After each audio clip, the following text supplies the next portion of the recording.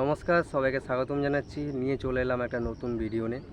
আজকের টপিক হচ্ছে ইউটিউব ভিডিওর জন্যে শুরুতে ক্যামেরা কি পারচেস করা উচিত নাকি উচিত না। আমার মতে করা উচিত না। কেন? তার কারণ হচ্ছে শুরুতে অনেকেরই ফাইন্যান্সিয়াল কন্ডিশন ভালো থাকে না, আর যদি আপনার থাকেও তাহলে আমি বলবো যদি আপনি এফোর্ড করতে পারেন, আপনার যদি ফ্যামিলি ব্যাকগ্রাউন্ড সেরকম হয় তাহলে আপনি কিনতে পারেন। কিন্তু সেটাকে এমন অনেক মানুষ আছে যারা অনেক ইকুইপমেন্ট কিনে নিয়েছে ভিডিওর জন্য, কিন্তু আলটিমেটলি তাদের ঘরে পড়ে থাকে, সেটাকে তারা ইউজ করতে পারে না, তারা স্কিলসটাকে ডেভেলপ করতে পারে না।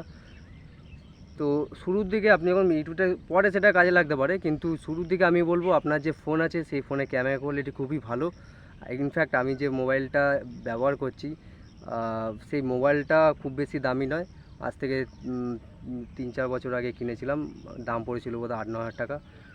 এটা হচ্ছে রিয়েলমি মডেলটা হচ্ছে এই মুহূর্তে মডেলটা আমার মনে পড়ছে না, তবে রিয়েলমির মডেল এটা।